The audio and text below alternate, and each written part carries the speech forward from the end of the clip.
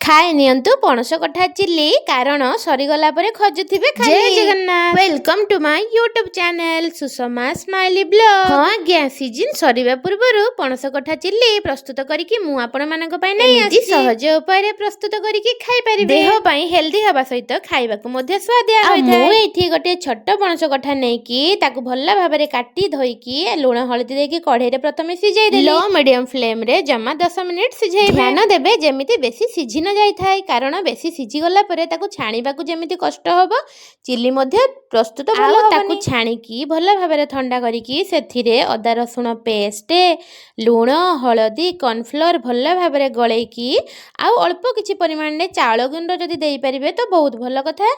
तापरे ताकू भल्ला भाबरे गळेई देकी तेल रे छाणी पकेबे गोटी गोटी करी। सेई पर्यंत भाजिबे जेई पर्यंत पणस कठा हमर क्रिस्पी हेइ नथिबो। मु एठी सब गुडी को गोटी गोटी करी पकेई देकी भल्ला भाबरे ताकू छाणीकी रखी देली। देखंतु केते सुंदर हेइची, ऊपर मध्ये जेमिति क्रिस्पी हेइची भितरु नरम हेइची। एगुडा तो एमिति खाया पय भी बहुत टेस्टी लागि थाय।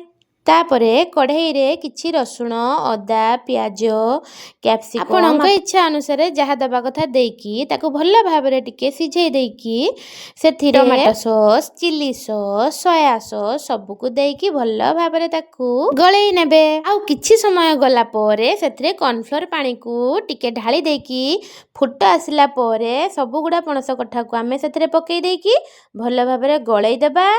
आमर प्रस्तुत हेइ जिवो पणस कठा चिल्ली। हाँ सीजन सरी जिबा पूर्वरु घरे थरे निहाती ट्राई करिकि देखंतु। एहा एते टेस्टी लागिबो कि चिली चिकन को भी भूली जिबे। एहा को आपण माने रोटी किंबा परोटा सहित खाइ परिबे, खाइबाकू बहुत टेस्टी लागिथाय। आपण मानकु जदि मोर ए भिडियोटी पसंद आस्ताय तेबे निहाती गोटे लाइक करिवे, सुंदर कमेंट टिए करिवे। आम चैनल रे जदि नुवा अछंती सब्सक्राइब मते निहाती करिवे। हेली हेल्दी खांतु, भलरे रुहंतु आ सब बेले एमिति हसु थांतु। जय जगन्नाथ, देखा हबा पुणी नेक्स्ट वीडियो रे।